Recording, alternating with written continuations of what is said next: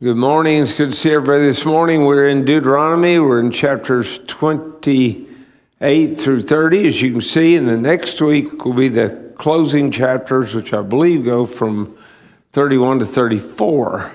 So that will finish out the book of Deuteronomy in a quarter. It's kind of a fast way to do it in some ways, and yet there are spots where that was probably the best thing to do because it's a lot about the law of Moses. This morning, as we open up, as we look at chapter 28, what I intend to do is just read the notes to you, which you'll see on the screen, because chapter 28 is full of some repetition and the blessings and some curses again, some things like that. And I really want to get to Moses' closing speech, which is the next couple of chapters. So we'll talk about that in more detail and probably do some reading there. Okay, Deuteronomy chapter 28, verses 1 through 14. Notice these blessings are conditional. Please, for example, notice the word if in verse 1. Now it shall come to pass if.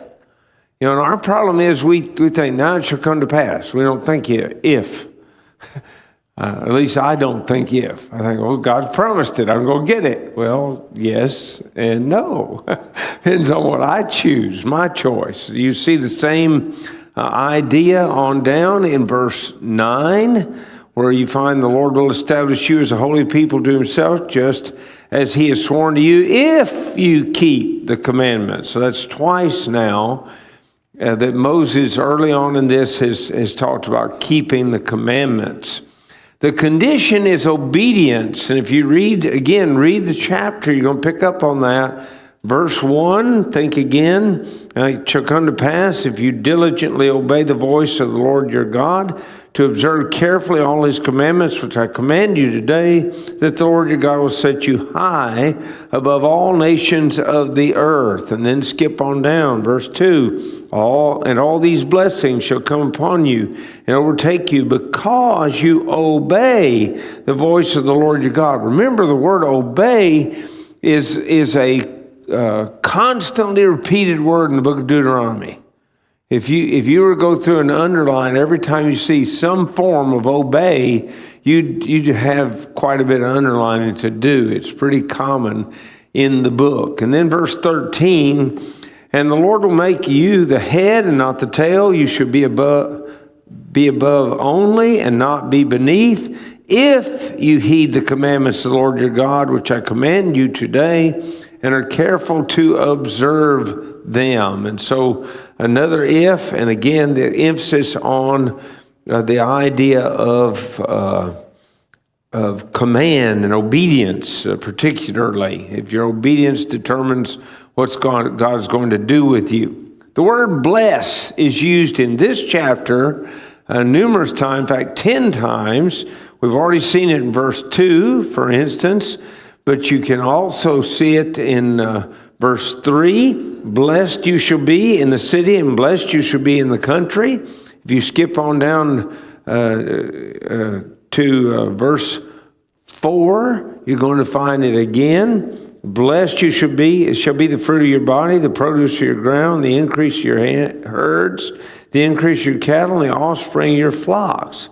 Blessed shall be your basket and your kneading bowl. So it's blessed, blessed, blessed. It's all the way through that he uses that word in this chapter. So Stephen Wren says, inherent in the idea of blessing is the invocation of special favor upon a person or object that is held in high esteem. So if you obey God's will, then you're held in high esteem. See, in the eyes of God, that's a pretty good thing to see, and it still holds true today. In verse 15 through 19 contains the curses of disobedience. I know Owen dealt with a lot of curses already. If they were disobedient, the blessings would be reversed. We must keep in mind that God was speaking nationally to a nation of people. Though individuals will enjoy the specifics of a national blessing in a nation that is obedient to the moral laws of God, they as a nation would also suffer the specifics of national disobedience. And so think about Jeremiah. Did God bless Jeremiah? The answer is yes. Did Jeremiah suffer with the people? The answer is yes. Why? Because they're evil. Not him, but they were. And so that's the point you need to see as you go through these things. This is a national thing that he's stating in this chapter, not an individual thing. The individual may enjoy blessings while the nation does not, is the point that we're getting at. So if we come back to that, still conditional, verses 20 through 68. You see it again in verse 15 and also verse 58. Because shows God's response to his people is conditioned upon their actions. And I want to notice those, like verse 20. The Lord will send on you cursing, confusion, and rebuke in all that you set your hand to do until you're destroyed and until you perish quickly because of the wickedness of your doings in which you have forsaken me. This chapter highlights the power of choice, my choice, your choice. I don't answer for you, you don't answer for me, not in that sense of the word. In the final analysis, each of us will answer for him or herself. Look at verse 45, same chapter, as he continues talking about this. Moreover, all these curses shall come upon you and pursue and overtake you until you are destroyed, because you did not obey the voice of the Lord your God to keep his commandments and his statutes which he commanded you. You do notice that this is written as if God already knows they're going to choose to disobey him. This is what's going to happen to you because, not this might happen, but instead this is what's going to happen. This is a guarantee. It's already set. How does God know that? Does he make it happen? No. He knows what their choices will be. And because he knows their choices, he knows what they're going to receive as a reward, or in this case, a punishment. Not much of a reward in some ways. Verse 47, because you did not serve the Lord your God with joy and gladness of heart, for the abundance of everything. You bountifully blessed, but still would not choose to obey God. That's sad. Verse 62, you should be left few in numbers, whereas you were as the stars of heaven in multitude, because you would not obey the voice of the Lord your God. So if I were going through this chapter, it should be becoming apparent. I would probably circle if, because you see that several times. I would, if you don't want to keep using circles, use a different color pencil if you're using circles. But if you don't want to do that, then maybe make a box around because, something like that, because that's going to lay down for us the power of choice. Notice verses 15 and 16, you have not obeyed. That's 15, 45, 62. This passage is referred to by the Jews as the takaka, the warning. This is the warning. You don't live right, you're going to get punished. Anybody in here ever have mama do that to you? Huh? Yes, no. I did. Dad too. You choose this path. This is what's coming. you can be assured of that. To be beneath the curse would cancel God's blessings, and it would lead to the following problems: confusion and failure in every enterprise, plagues and diseases upon their bodies and upon their crops, extreme drought, and totally infertile land. When the sky is as bronze, rain cannot penetrate it. When the ground is iron, plants cannot grow. Defeat by their enemies and destruction of their armies, loathsome and pernicious skin diseases, mental illness and psychological traumas, a short and uncertain life, loss and destruction of possessions, and the permanent enslavement of their children. These are all things you see as you go through the warning, the Takakai, as they call it. These invaders would consume their harvest, take their people into captivity, sweep down upon them from afar, speaking a language they could not understand. Who's he talking about? Assyria and Babylon. They didn't understand either language, but they were taken captive by them. Assyria took Israel captive. Babylon took Judah captive. And they would swoop in. God's anticipating it. He knows what's coming. Why? Because he knows the nature of these people. He knows where they're going. You say, well, that sounds like predestination. It's not predestination. I'm going to take a wild guess this morning that if I asked Richard Carr, under given circumstances, how would Brad react, that Richard's going to have a pretty good guess. Maybe he's going to seem like a prophet because he's going to get it right on the money. Now, we're not talking about trivial matters. We're talking about some specific thing. We know our children, don't we? We all do. See, there's not anybody in here that doesn't do that. I'm going to say you go all the way down to Owen. We're talking about Griffin. And if I ask him, how's Griffin going to react if I offer him this, that Owen's going to tell me? That he's going to know how he's going to react, assuming that's happened before in his lifetime. So no, it's not predestination. It's just knowing your people. It's knowing your children. That's what it is. All right, pick up there. Show respect neither for the young nor the old. This is what their enemies would do. Ruthlessly spoil the land, lay siege to their cities, and cause a vile kind of cannibalism. You do remember when the king's walking on the wall in 2 Kings, and he has a woman stop him and say, you got to make this lady allow me to eat her baby. And she explains why. Because they were starving to death, and the day before the other lady said, look, today we'll eat your child, tomorrow we'll eat mine.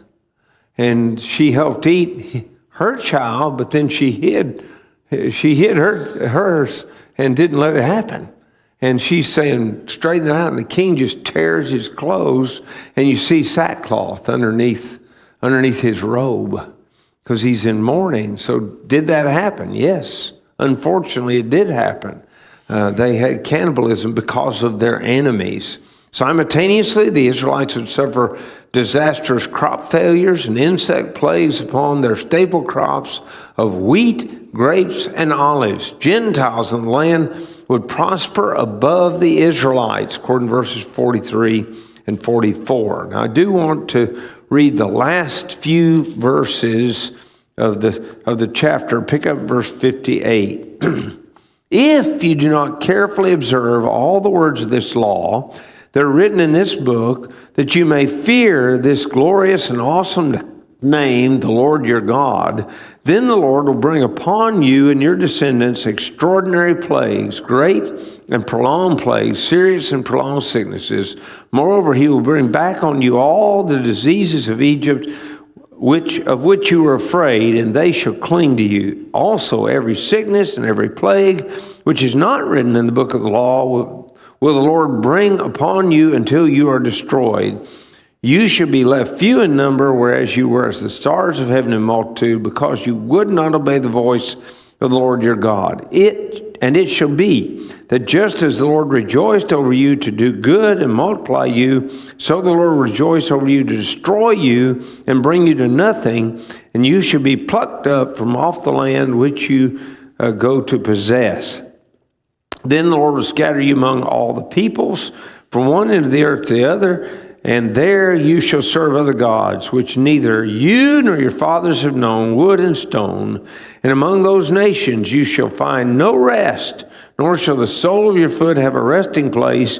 But there the Lord will give you a trembling heart failing eyes and anguish of the soul. Your life shall hang in doubt before you, and you shall fear day and night and have no assurance of life.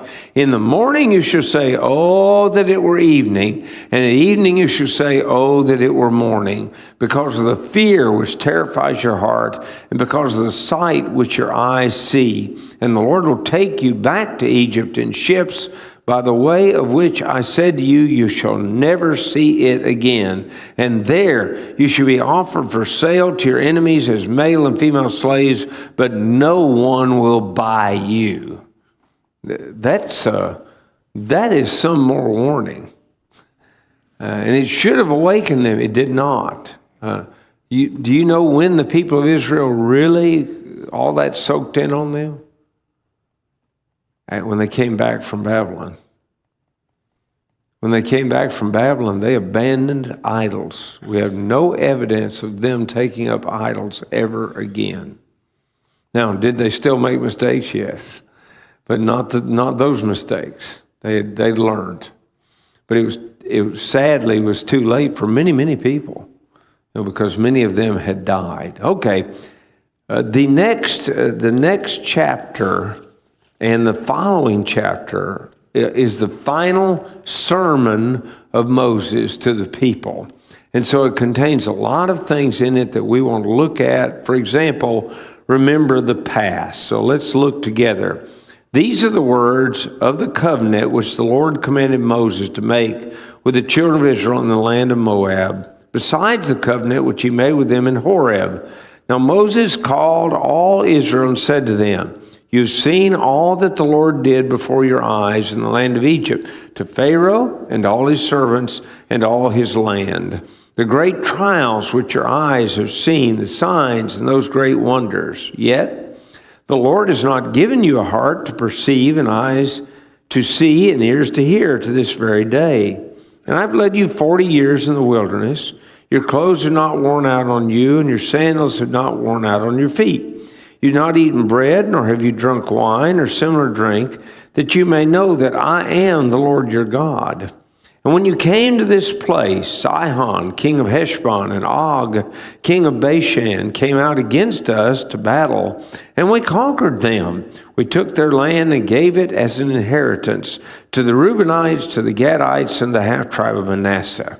Therefore, keep the words of this covenant and do them, that you may prosper in all that you do. Most of that's pretty evident, self-evident. The one area I want us to pick up on is the one where he says, yet the Lord has not given you a heart to perceive and eyes to see and ears to hear to this very day. The Lord's not going to make you, nor is he going to make me read his law and understand it, listen to it, and do what it says. He's not going to do that. He's going to tell us what it is. He's going to expect us to make that choice. We'll keep still emphasizing what we've seen really in the previous chapters, the curses and the blessings, and they're all conditional. And it means I've got to open up my ears. I've got to open up my eyes. I've got to see it. I've got to act upon it. That's the very, very important thing I need to do, and you need to do as well. Pick up verse 10. All of you stand today before the Lord your God, your leaders and your tribes, and your elders and your officers, all the men of Israel, your little ones and your wives, also the strangers who is in your camp, from the one who cuts your wood to the one who draws your water, that you may enter into a covenant with the Lord your God, and into his oath which the Lord your God makes with you today, that he may establish you today as a people for himself, that he may be God to you, just as he has spoken to you, and just as he has sworn to your fathers, to Abraham, Isaac, and Jacob. Please notice, the people needed the new covenant to assure that they remain in relationship with him according to the terms of a specific binding agreement. Remember, God cut a covenant when? Genesis 15. God cut a covenant with them. And that covenant stands right now, but God's saying, I'm going to make a new one with you. It's a renewed covenant, if you would. New only in the sense that they are going to swear to it. Now remember, the people that are standing there right then were not really old enough at Sinai to understand what went on. That's why the covenant's got to be made new, is because they are not familiar with all of this. And so Moses is saying, our history, and therefore you need to realize we got to make a covenant with God. And remember, covenant contains what? Promises, conditions. We've already seen a little bit of that, haven't we? Great blessings, but it's conditional over and over and over again. Pick up verse 14, where Moses continues his speech. I make this covenant and this oath, not with you alone, but with him who stands here with us today before the Lord our God, as well as with him who is not here with us today. For you know that we dwelt in the land of Egypt, and we came through the nations which you passed by. And you saw their abominations and their idols which were among them, wood and stone and silver and gold, so that there may not be among you man or woman or family or tribe whose heart turns away today from the Lord your God to go and serve the gods of these nations, and that there may not be among you a root bearing bitterness or wormwood. And so it may not happen when he hears the words of this curse that he blesses himself in his heart, saying, I shall have peace even though I follow the dictates of my heart, as though the drunkard could be included with the sober. The Lord would not spare him, for then the anger of the Lord and his jealousy would burn against that man, and every curse that is written in this book would settle on him, and the Lord would blot out his name from under heaven, and the Lord would separate him from all the tribes of Israel for adversity, according to all the curses of the covenant that are written in the book of the law. Please notice, Moses says, you cannot please your own heart. That cannot be the choice that you make. The choice has got to be please God. You want to be blessed? Please God. You don't want to be blessed? Follow your heart. Now, why do I bring that up? Brethren, you don't know what's wrong, not at Silo Road, but in the brotherhood in general today? Too many people following their own heart, making their own choices, doing what seems good to them. No, we don't do that. You do what seems good to God. He's the one that has the right to do that and to say that, those kind of things, and we need to see that. So pick up verse 22 there, where he says, so that the coming generation of your children who rise up after you, and the foreigner who comes from a far land would say, when they see the plagues of that land and the sickness which the Lord has laid on it, the whole land is brimstone, salt, and burning. It is not sown, nor does it bear, nor does any grass grow there, like the overthrow of Sodom and Gomorrah, Admah and Zeboim, which the Lord overthrew in his anger and his wrath. All nations would say, why has the Lord done so to this land? And what does the heat of this great anger mean? Well, people are going to, if they do follow their own heart, if they do not obey God, then people are going to go by and say, what happened here? Why is it like this? Now, here's the interesting thing. The people are going to answer the question. These are foreigners that are going to answer the question. Listen to what they're going to say. Then the people would say, because they have forsaken the covenant of the Lord God of their fathers, which he made with them when he brought them out of the land of Egypt. For they went and served other gods and worshipped them, gods they did not know, and that he had not given to them. Then the anger of the Lord was aroused against this land to bring on it every curse that is written in this book. And the Lord uprooted them from their land in anger, in wrath, and in great indignation, and cast them into another land as it is this day. Other people are going to understand why God did what he did. Now that is a sad reality, that God's people will not recognize it. They don't understand. But everybody around them understands. Why did they go into Babylon? Because they didn't keep their covenant with God. And foreigners are going to understand it. maybe their own children, because he does list them, by the way, that early part of that. But they're not going to understand, and they're going to be punished as a result. So verse 29, the secret things belong to the Lord our God, but those things which are revealed belong to us and our children forever, that we may do all the words of this law. Have you ever noticed that every now and then there's a verse that we've heard quoted many, many times, and it doesn't mean what you thought it meant? This is one of those verses. Okay, you've seen the context of this verse. See, the way people like to say it is, I have to dream something up, but why does the hummingbird leave when he leaves? Well, and then somebody else will say, well, the secret things belong to God. Well, no, they do, but that's not what this verse is about. What this verse is, listen to the way this is explained. God knows the future, but he's revealed the law for them.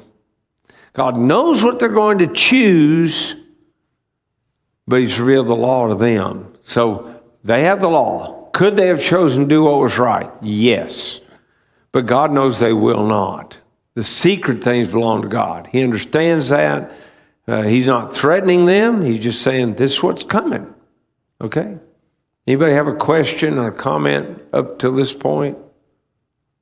I've been moving pretty quickly. I know we're want to finish Deuteronomy, and I don't want to put a saddle on the teachers next week, no matter who it is, that they have to finish this chapter as well as all the rest of the stuff they've got to do. Okay, so let's pick up now at chapter 30.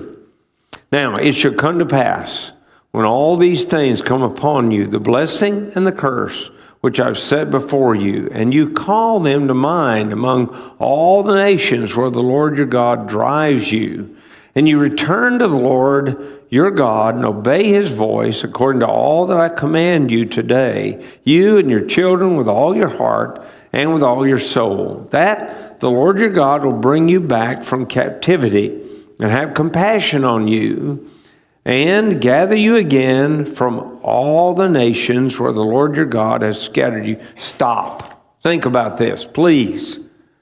If you change, will God bless you? That's what he just said. That's exactly what he said. See, it's not that it's a foregone conclusion that forevermore you're going to suffer. No, that's not a foregone conclusion. Are you going to change? Are you going to do differently than you've done before? That's the question. If you'll do differently, God will bless you. And that's what he's laying out here for us to see. So, back verse 5, chapter 30. Then the Lord your God will bring you to the land which your fathers possessed, and you shall possess it. He will prosper you and multiply you more than your fathers. And the Lord your God will circumcise your heart and the heart of your descendants to love the Lord your God with all your heart and with all your soul, that you may live. Also, the Lord your God will put all these curses on your enemies and on those who hate you, who persecute you. And you will again obey the voice of the Lord to do all his commandments, which I command you today. The Lord your God will make you abound in all the work of your hand, in the fruit of your body, in the increase of your livestock, and in the produce of your land for good. For the Lord will again rejoice over you for good, as he rejoiced over your fathers. If you obey the voice of the Lord your God, to keep his commandments and his statutes, which are written in this book of the law, and if you turn to the Lord your God with all your heart and with all your soul. Please, again, notice, as Moses is closing out his career with the people, his critical word is over and over again, if. If. Can you be blessed? Moses' answer is yes, if. Can you be cursed? Yes, if. It's always if. What choice are you going to make? What choice am I going to make? These are very, very, very important matters.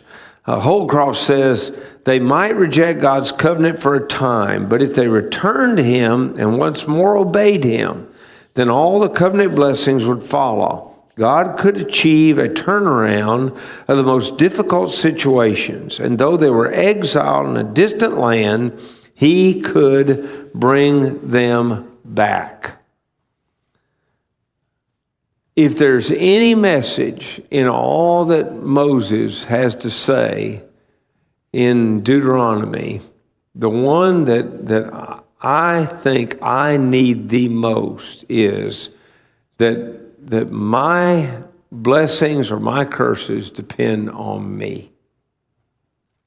It is a tremendous, tremendous thing to be in a great Christian family like we have at Sywell. And I don't say that lightly. I mean that.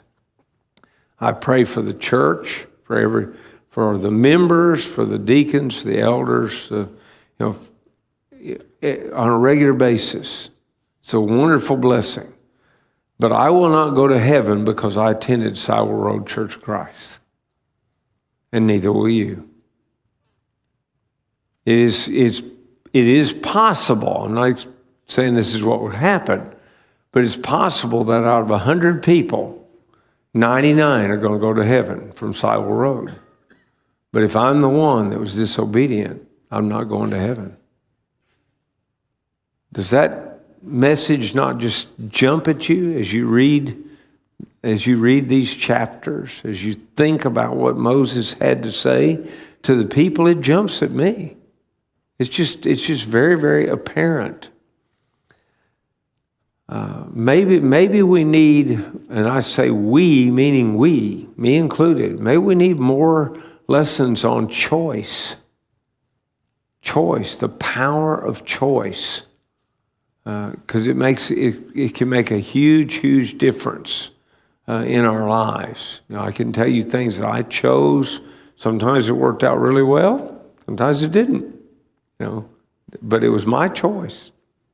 I got rewarded, or in either case, I got rewarded based on what I chose. That's the message. Moses is really, really highlighting that. Dixon made this comment. He said, if ignorance of the law resulted in their creating of gods after their own imagination, then knowledge of the law would restore their commitment to the one true and living God. This answers the question as to why, after the Assyrian and Babylonian captivities, Israel developed the ministry of the scribes. Now, what did a scribe do? You all have heard scribes probably your whole life, if you've been reading the Bible. What do scribes do? What? They kept records. That's one thing they did. That's correct. What else? They made copies of the law. They made sure the copies were available of the law. Why was that important? Because people had come to realize, you know what? That law is important. Now, they learned it the hard way.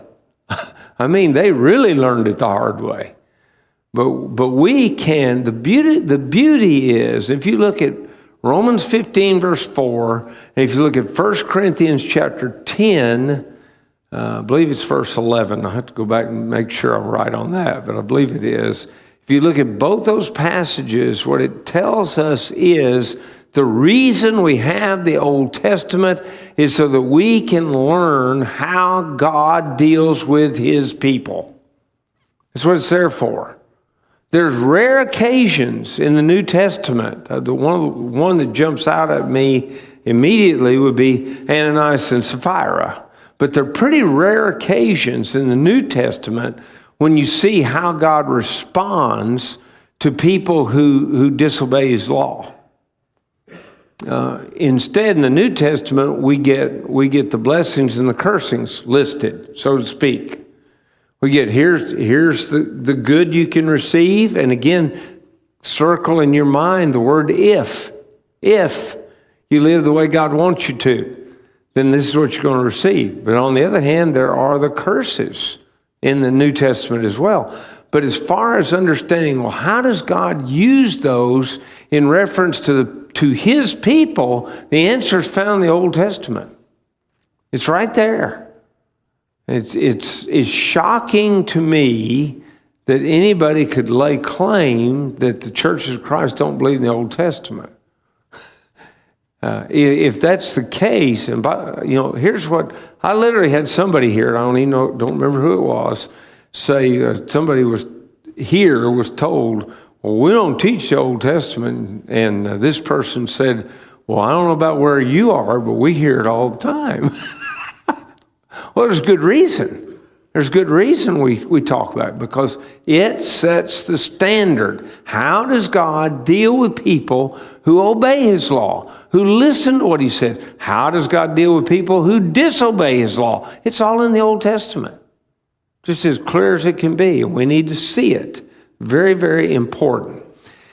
So, Brother Dixon went on to say, Israel had learned well her lesson of being rejected because of her rejection of a knowledge of God and his word. In order to have copies of the word of God readily available throughout the land, copies were made to be read in every synagogue they built after the Babylonian captivity. It's very interesting. Every synagogue had this special chest that they built, and in it they kept the scrolls. They kept the Bible, if you would. That's the way we would go. It's the Old Testament, of course. But so on the day that Jesus enters the synagogue at Nazareth, they pull out a scroll of Isaiah and they hand it to him, and he looks for the place. See, remember, they don't have chapters and verses. So he rolls down through there and he finds the place, and he reads it to them. See, and then he explains what's going on. That's the way it worked in the synagogues after they came out of Babylonian captivity. All right, pick up verse 11 of chapter 31. Is that right? 30, excuse me. For this commandment which I command you today is not too mysterious for you, nor is it far off. Can you understand the Bible? Did God write in a way we can understand? Moses' answer is yes. You can understand it. The question not is, can you understand it? It's, are you going to? Okay, keep going. Here's what he goes ahead to say. It is not in heaven that you should say, who will ascend to heaven for us and bring it to us, that we may hear it and do it? Nor is it beyond the sea that you should say, who will go over the sea for us and bring it to us, that we may hear it and do it? But the word is very near you, in your mouth and in your heart, that you may do it. So Neil Pollard says, Moses says these commands to obey were not out of reach or too difficult. It was near to them. So pick up verse 15 now. See, I've set before you today life and good, death and evil. In that I command you today to love the Lord your God, to walk in his ways, and to keep his commandments, his statutes, and his judgments, that you may live and multiply, and the Lord your God will bless you in the land which you go to possess. But if your heart, see that little word again? If your heart turns away so that you do not hear and are drawn away and worship other gods and serve them, I announce to you today that you shall surely perish. You shall not prolong your days in the land which you cross over Jordan to go in and possess. I call heaven and earth as witness today against you, that I've set before you life and death, blessing and cursing. Therefore, choose life, that both you and your descendants may live, that you may love the Lord your God, that you may obey his voice, that you may cling to him, for he is your life and the length of your days, and that you may dwell in the land which the Lord swore to your fathers, to Abraham, Isaac, and Jacob, to give them. What's the message? What's the message of the book of Deuteronomy? Could you sum it up in 2 words?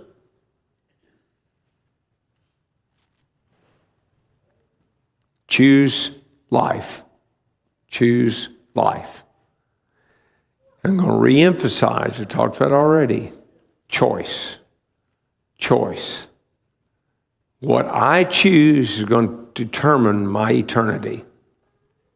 What you choose will determine yours. Now, the sad fact is, as we read those last 2 chapters, sometimes what mom and dad choose impacts the children. Really, it always impacts them in terms of consequences. If mom and dad suffer consequences, the children suffer along with them. But it goes deeper than that.